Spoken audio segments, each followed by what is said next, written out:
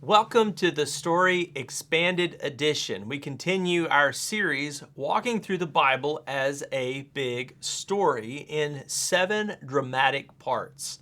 Each of those parts is illustrated here with a diagram. The arrow pointed down depicts the first part of the story, the beginning of the story. That's the way the Bible actually starts, in the beginning. The Bible starts in a way that describes creation, and then we are introduced to the fall, the promise, the cross, the forward mission and sending of the church, the judgment, and then the restoration.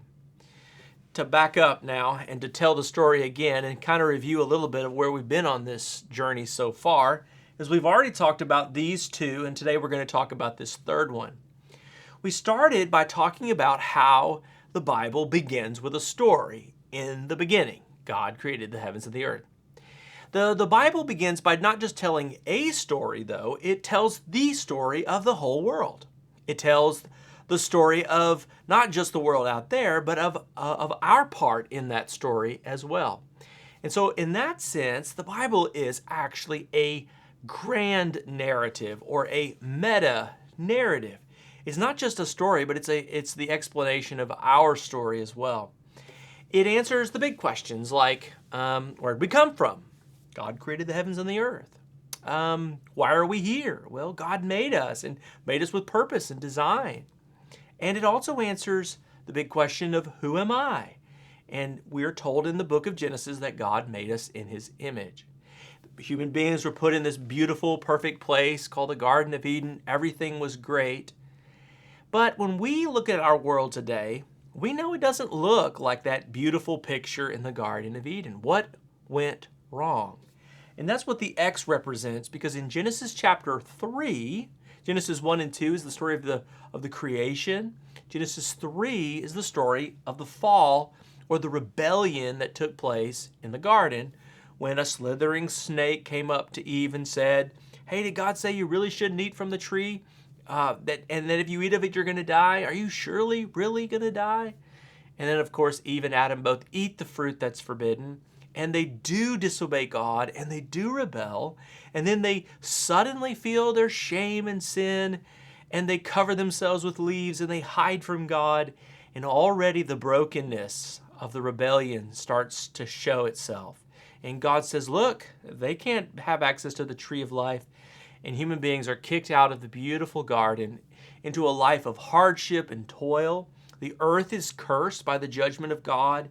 The slithering serpent is also cursed, but therein lies a subtle piece of hope when God says that to Eve's offspring, that she will give birth to a child who will crush the head of the serpent, but he'll strike its heel, meaning, in a sense, which we will later see, that God will ultimately defeat the serpent, which of course is the picture of Satan, the devil, by the sending of his son, Jesus, the daughter of Eve, the descendant of Eve. And this became known in the early church as the proto-evangelium, the first gospel, as God promises that there will be and that there is hope for the defeat of evil and for the repair and the restoration of what was lost in the fall. But from there all the way to this moment, the promise, which is what we're talking about today, which we're going to look at in just a moment in Genesis 12. From Genesis 3 all the way to Genesis 12, there are all those chapters in the unfolding story of the book of Genesis. And as the story continues in that part of the Bible, you get to Genesis 4, and you have this story that's depicted here in this painting, which is the story of Cain and Abel. They are the first of God's Adam and Eve's children. They have sons. They have sons, Cain and Abel. And of course, they're both agricultural. One's a farmer, the other a rancher, if you will, has sheep and so on. And they bring offerings to God, and God looks with favor on the offering of Abel, and Cain gets jealous, and he wants to kill his brother. And he does. And it becomes this horrendous, evil, murderous moment in the Bible in which we begin to see the real fallout from the fall. that the fallout from the fall is not just Adam and Eve hiding in the garden or being kicked out. Now human beings are capable of great crime, great evil, great wrong to one another. Their impulses can become very dark. And what happens after the story is that Adam and Eve have more children, and lots more children are born, and the world begins to become populated with cities, and civilization takes place. But along the way, in Genesis 4 and 5, and finally in Genesis 6, the world is inhabited with all these people, but they're all doing things they shouldn't do. Therefore, God plans to wipe them out. And that leads us to the flood of Genesis 6, the deluge that's going to destroy the people.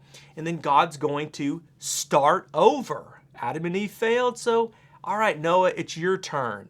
We're going to take you and your family and your sons and their wives, Shem, Ham, and Japheth, and we're going to start over with a new effort to see if we can get this thing right. And after the great flood, Shem, Ham, and Japheth become the founders of whole national groups of people, ethnic groups of people that are mentioned in Genesis 10 in the table of nations, divided into these categories. Shem, Ham, Japheth, those are Noah's sons. And look what areas of the Middle East, geographically, their descendants inhabit. And so you have, again, the population has risen, and there's all these people living in all these places. And somewhere over in an area, well, kind of in this area where I'm pointing, you have this story begin to take place. Now we know this picture as a famous European painting known as the Tower of Babel. And it's a story that's found in Genesis chapter 11. It's an important story. Because the story in Genesis 11 about the Tower of Babel is that human beings create this tower so that they can get to God. They can reach God. Babel means gate of God. And they would have brought food up on the top and tried to offer it to the gods, this kind of thing. But it becomes a picture of the human effort.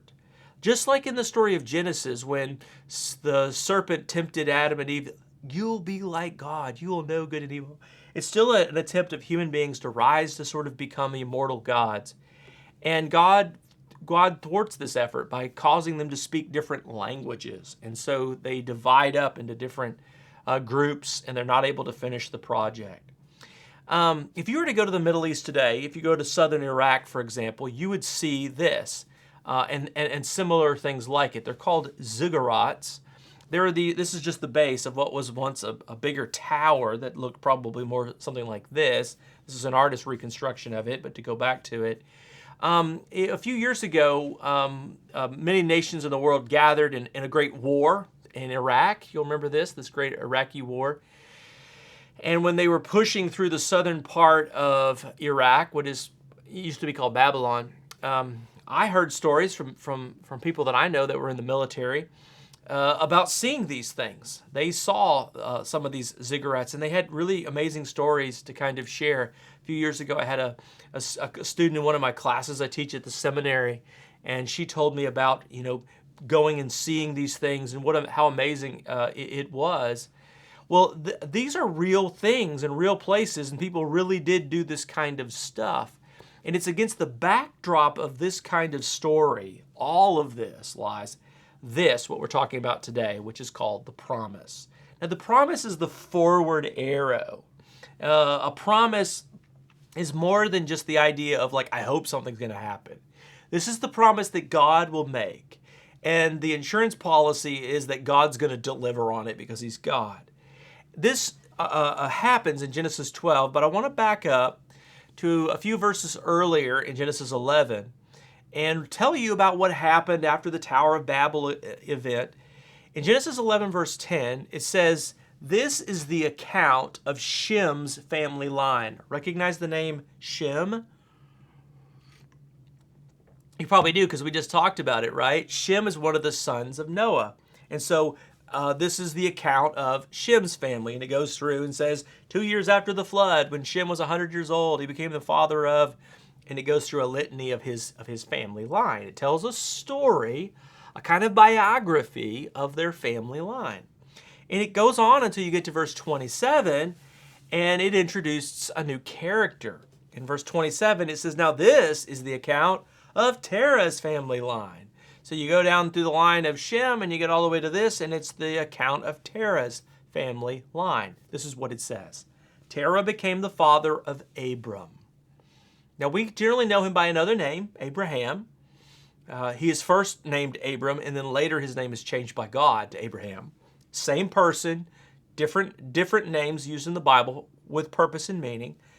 But Terah became the father of Abram, Nahor, and Haran became the father of Lot.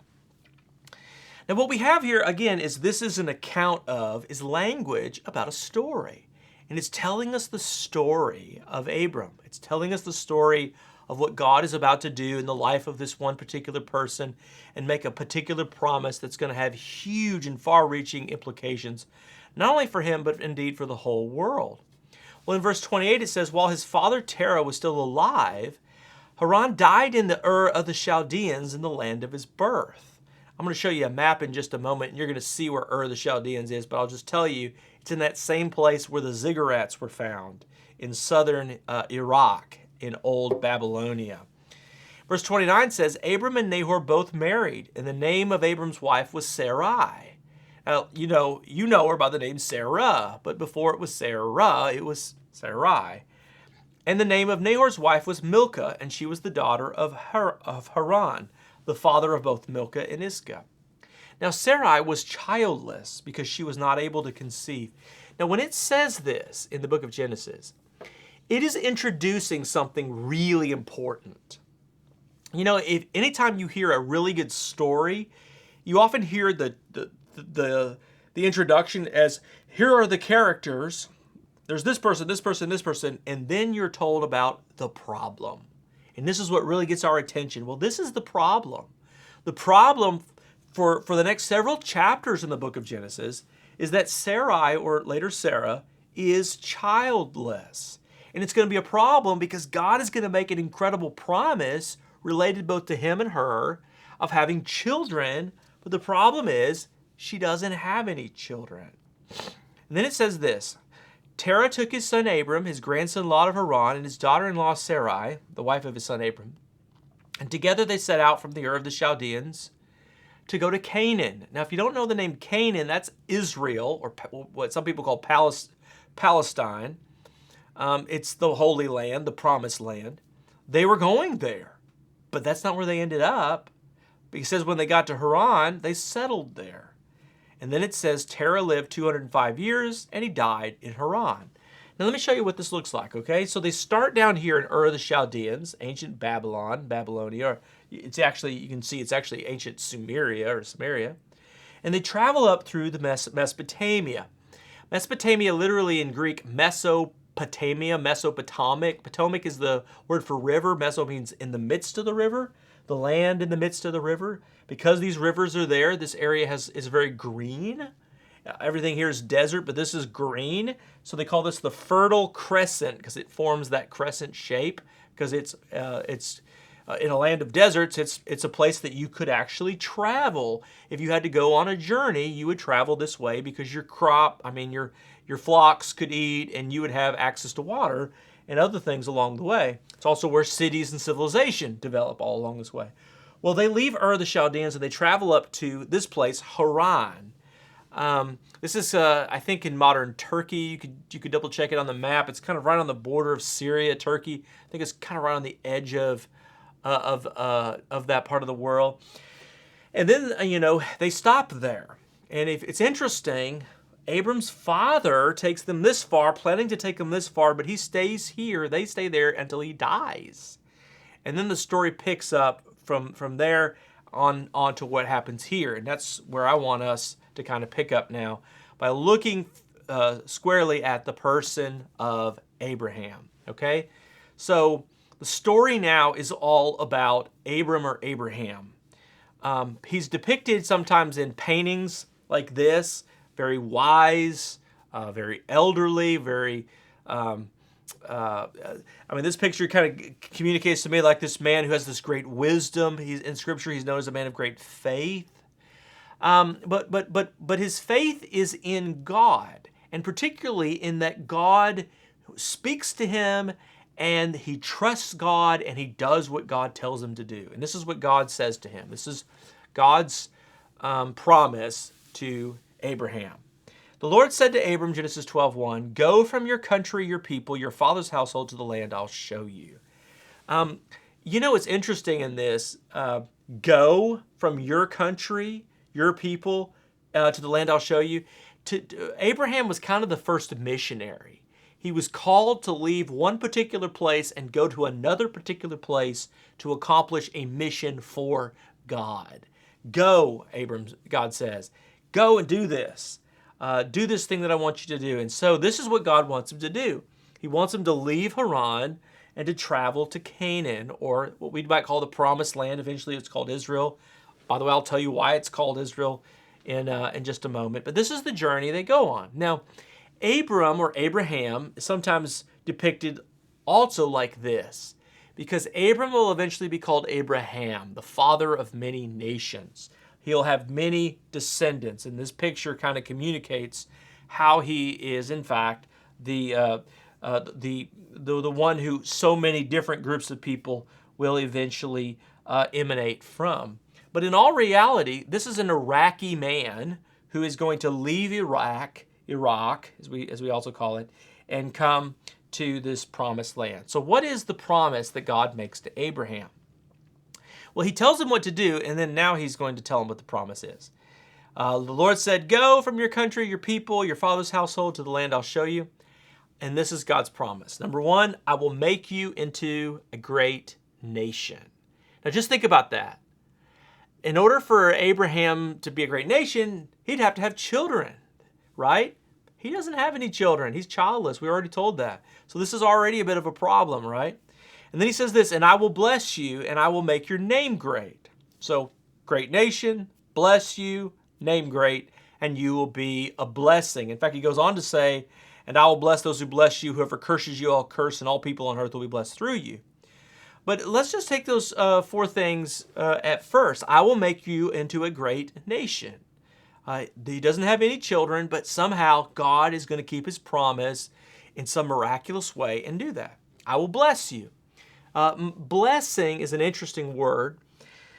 You know, when we use the word bless, we sometimes mean something spiritual and sometimes we mean something material. In this part of the Bible, it's primarily material. It is the idea that God is going to physically bless him with descendants, with large flocks, with long life, with land. He's going to give him the things that people in that part of the world and history would want. A few years ago, there was a big to-do about a television show, Oprah Winfrey, when she was still on the air. And in her most famous episode, all the people in the audience were asked to look underneath their chair, and they found a key, and she would say to the audience, "You get a car, you get a car, you get a car." Well, what God is saying to Abraham is that he is going to be blessed. But then he goes on to say, "And all peoples on earth will be blessed through you." It's not just that God is going to materially bless Abraham, but he's going to be a conduit through which God will bless the entire world. And again, this sounds a little bit like things we read in the New Testament. When Jesus says in the Great Commission, "Go and make disciples of all nations." This sounds a lot like what God was saying to Abraham. Go from Haran. Go to this land I've promised you. I'm going to bless you, and I will bless all nations through you. The other thing that's so interesting is that he promises him a great name. You know, if you were to look at the name Abraham today and just think about what are the great religions in the world today, what would you say those religions are? Christianity, Islam, and Judaism are the great religions in the world. All of them are part of a Judeo kind of history that has a Genesis story in it, and they all owe their origin story to Abraham. They all revere and recognize the importance and significance of Abraham. That is billions of people on this earth who know the name Abraham. I would call that making his name great. For 4,000 years, much of the inhabited world has known your name. That's a big, big deal. And in fact, God has kept that promise. But then after God makes all these different promises, He then goes on to say a few chapters later that he took him outside and he said, look up at the sky and count the stars. If indeed you can count them, then he said, so shall your offspring be. That's actually a really incredible thing, right? Abraham goes outside, looks up at the Milky Way, sees all those stars in the night sky, and God says, you know what? Count those. And you can't count them, right? But that's going to be how many children you have. But wait a minute, Abram doesn't have any children. He doesn't have any. And yet God is promising him that he's going to have children. He's going to have this number of children. His children are going to be blessed. He's going to be blessed. They're going to be a blessing to other people. And in fact, every nation on the world is going to be blessed through them and by them. Christopher Wright has said that God promised Abraham what he would do. And by bringing a blessing to the world through his people, Old Testament Israel, he brought it about. The idea here is that God, what God was doing in Abraham was not just about Abraham. It would be a blessing to and for and through the whole world. The Apostle Paul described it like this in the book of Galatians. He said that, so also Abraham, Galatians 3:6-9, believed God and was credited to him as righteousness. Understand then that those who have faith are children of Abraham. Scripture foresaw that God would justify the Gentiles by faith, and he announced the gospel in advance to Abraham. All nations will be blessed through you. So those who rely on faith are blessed along with Abraham, the man of faith. What's really important, and I'm going to show it to you in just a minute, is that Paul says that what God was saying to Abraham in Genesis 12 and 15 finds its ultimate fulfillment in Jesus. And that's where we start to see that this story is one big story. It is his story. That what God was saying, I'm going to bless all nations through you, that story finds its ultimate fulfillment in and through Jesus. I want to just now take you on a little bit of a journey. Quickly, next time we're going to go through this a little bit more meticulously, but right now I just want to walk you on a really quick whirlwind tour of the Old Testament. From Genesis 12 right on all the way to the end of Malachi. There are 39 books in the Old Testament. And I want to walk you through a little bit of the story. The Old Testament story starts with the promise with Abraham. God promises Abraham that he's going to bless him, give him this nation, give him this promised land. And so he leaves Haran, he travels to Canaan. There a child is born. Finally, miraculously, he has a child named Isaac. Now, the reason they name him Isaac, if you don't remember this, or if you've never heard it, it's because when Sarah hears that she's going to have a child because an angel visits Abraham and tells him, she laughs. He also laughs, and Isaac in Hebrew means he laughs. They laugh. They're laughing because it's incredible that in their old age they could have children. They're laughing because God, in his great irony and humor, has given them a child in their old age. But they're also laughing with joy because God has kept his great promise. Promise kept so far in the story, right? Well, Isaac has a couple of twin children. Their names are Esau and Jacob. Esau's firstborn and entitled to be the one in which the promise finds its fulfillment. But if you know the story, Jacob steals the birthright from his brother, tricks him out of it, steals it from him. And his brother finds out, Esau finds out, and he tries to kill him, and Jacob runs away. And where does he go? He goes back to Haran. He goes back to what the Bible calls Padam Aram, which is the land where that Abraham had come from. And he goes there and he meets a relative, and he meets his wife, Rachel and Leah, two wives actually. But Rachel doesn't have any children, and Leah has a bunch of them. And eventually Rachel does have a child. All the other boys are older, but then there is a child born, and his name is Joseph. Now I should tell you as I'm telling this story. That Jacob also, before he has all these children and before he goes to Padam Aram, He does stop at a little place called Bethel, which means the house of God, and he prays, or he falls asleep and he has a vision. It's kind of like prayer, I guess. And there he encounters the staircase leading to heaven and God giving him a vision. He wrestles with an angel later there, and then God gives him a new name, which is called Israel. So Jacob, the one who wrestles with God, is also Israel, which means the one who wrestles with God. And he has famously these 12 sons. The youngest one, the youngest of Rachel, is Joseph. That's kind of a long way of kind of getting back to that. But Joseph becomes the youngest son. Now he is young, but he's the firstborn of Rachel. So that means that he is entitled to the birthright. If Jacob or Israel decides to give it to him, well, of course he's going to give it to him. He gives him the coat of many colors.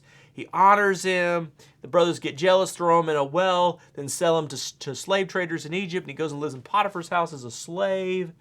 But God doesn't give up on Joseph. He raises him up, and he becomes renowned in Potiphar's house. Gets accused falsely of something, is thrown in prison, becomes a great dream interpreter. The Pharaoh of Egypt calls him out of prison to interpret his dream. When he can do so, he makes him prince of Egypt and in charge of the empire. And then when a famine comes, Jacob or Israel and his sons come down into Egypt, where Joseph is, and they have to get food. And then they discover Joseph is there, and then they all go and live there in the land of Goshen.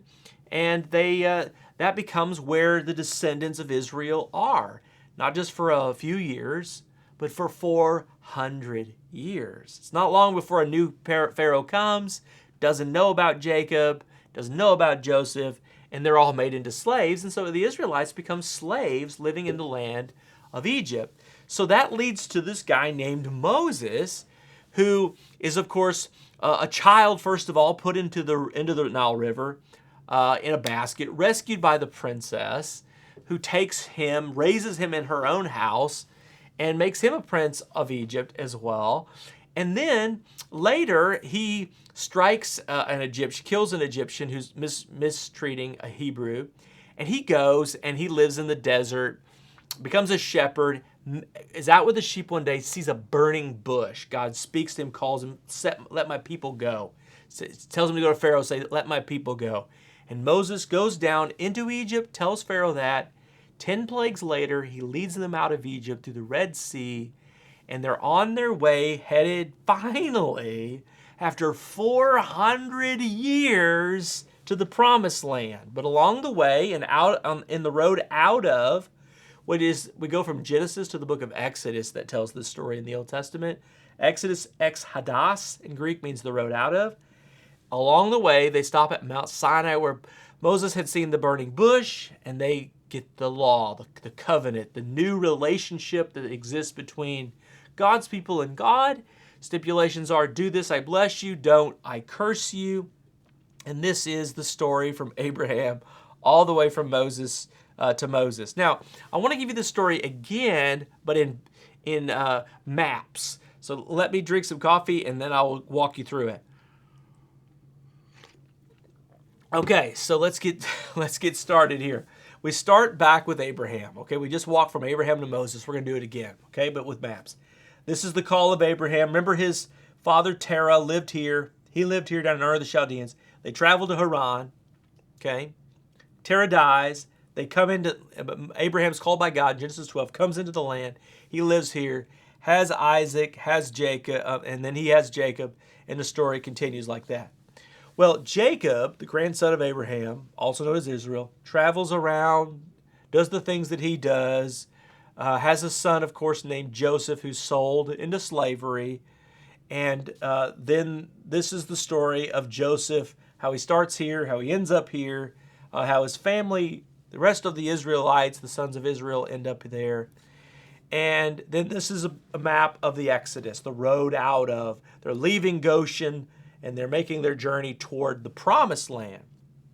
But what's interesting is Moses doesn't lead them to the Promised Land. Did you know that? He takes them out of here, he rescues them, but the promise that God made to Abraham is still not fulfilled. There's still this tension, this waiting, this wondering, is God going to do what God said he was going to do? And in fact, the Israelites who left Egypt stay here in the just south of Canaan, in the wilderness of Paran. There's this place called Kadesh Barnea. It's south of Beersheba, or what is called the Negev. It's down here below Israel on a modern map. It's in a place where there were some springs, and so a lot of people could stay there to get water in the desert. And they didn't stay there for a week, a month, a year. They stayed there for an entire generation, 40 years. They stayed there. And so the whole nation that left Egypt as slaves died in the wilderness. And they never made it to the promised land. Moses never made it to the promised land. It would take Moses's partner in this work, Joshua, to finally lead them into the promised land, or what was sometimes called the conquest of the promised land.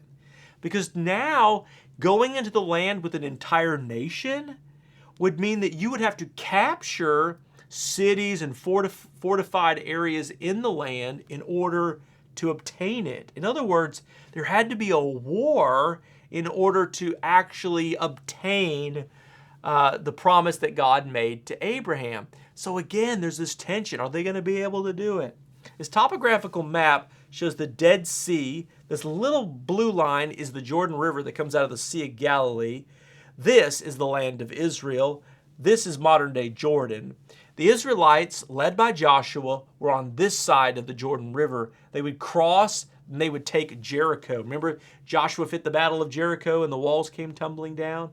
Well, they surrounded the Jericho and other fortified cities. They began campaign after campaign until they took out this whole section in the southern part of Israel. They would have other campaigns and other works, and eventually they would take the entire land of Israel. Now, story's over, right? No, actually. After Joshua had led them in, and by the way, at a place called Gilgal, renewed the covenant that God had made with the people, just like at Mount Sinai, he divided it into 12 different tribal areas, the 12 lots, the 12 tribes of Israel. And it was all given to the different tribes, and they ran their own areas. But the problem is, there was no centralized government, no centralized authority. And there's a book in our Bible, after the book of Joshua, that tells the story of all this, is the book of Judges. And it is a period of time in which there was no central unified ruler. And so the book of the Judges says it like this. It says that everybody did what was right in their own eyes. Everybody just did whatever they wanted to do, and it didn't really matter what God said. They did what they wanted. Well, you know what that sounds like? That sounds like what we've seen before in the Tower of Babel, in the Noah's flood, in Adam and Eve in the garden.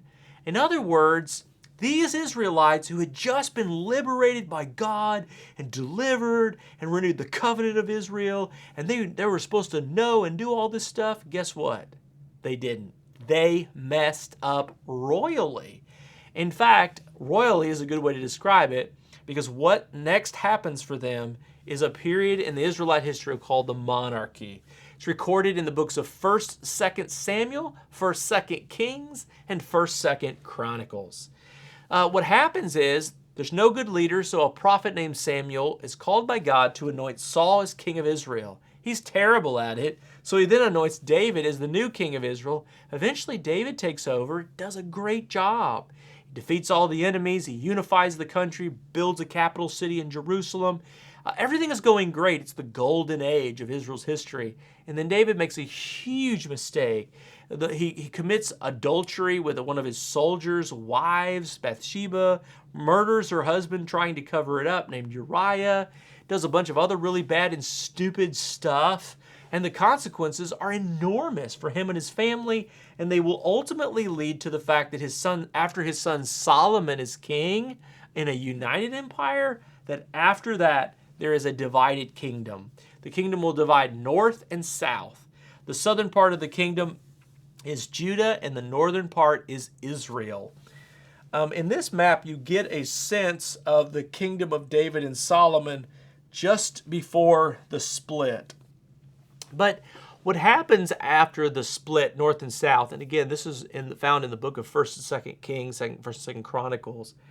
What happens after this is that eventually the northern kingdom will be defeated by a foreign invasion by the Assyrian Empire that lives up here. And a century or so later, the southern kingdom will also be defeated. We call these exiles. And the northern kingdom of Israel experiences an exile in 722 years before Christ. And then the southern kingdom of Judah experiences the Babylonian exile when the Neo-Babylonian Emperor Nebuchadnezzar arrives on the scene, deposes the king, takes Daniel and others back to the land of Babylon, and then when they don't do what they're supposed to, eventually destroys Jerusalem, ransacks it, takes more people back as captive, and continues to hold Jerusalem and Judea under his foot. Israel will never again be a kingdom, and Judah will be wiped out for at least 70 years during the period of the Babylonian exile, until finally a Persian king named Cyrus will issue an edict that will allow them to go home, and they will rebuild the walls and then rebuild the temple. You can read about that in the books of Ezra and Nehemiah. This map shows where the Jews lived and how they got there during the Babylonian exile. They went right back to the same place where it all got started, in Ur of the Chaldeans, where all of the stories of the Bible kind of originate here, and then they move over to here. Everything started with Abraham, and then eventually it made it here, and then it makes it back here again, and it just keeps replaying itself. Well, when you continue throughout the story of the kings in the Old Testament, you have the exiles, you have the return, the rebuilding.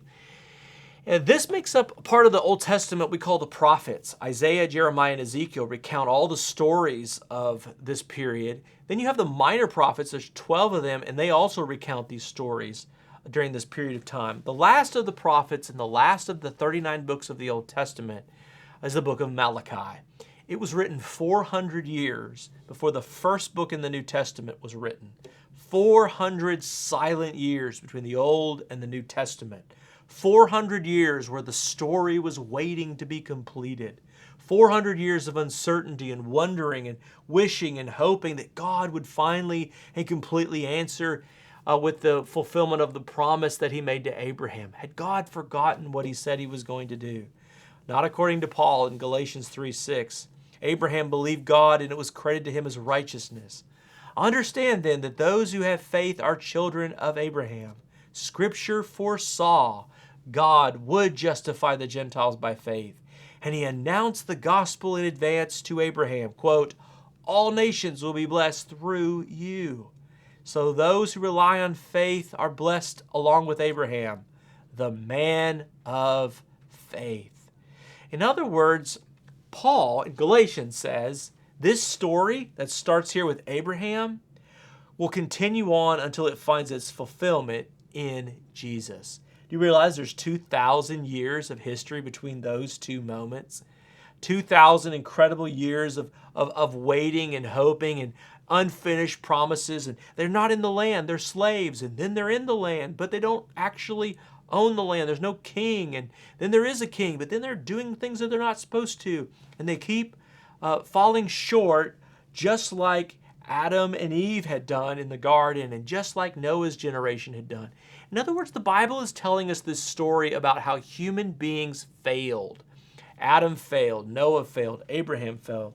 But that inevitably sets it up for Jesus to be the one who will perfectly live out and fulfill this story.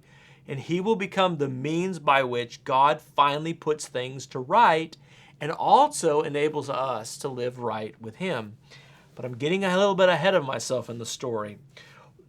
I say each week, Paul Harvey used to say, and now for the rest of the story. Well, next time we're going to continue this story, because we today have talked about the promise part 1, and then in 2 weeks from when I'm saying this, we're going to finish it with the promise 2. And next time I'm going to kind of go through a little bit more of the details about the events that happened so that you can get a better sense of them. But for now, I want us to kind of end by thinking about this question. It's the question I want us to talk about each time.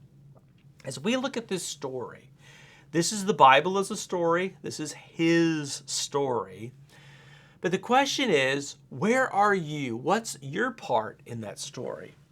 In other words, if you're a Christian following Jesus, then you have met him at the cross, so to speak, and you are now living it out with that forward arrow of sharing the good news with the world around us, waiting for the day of judgment and the restoration of the world.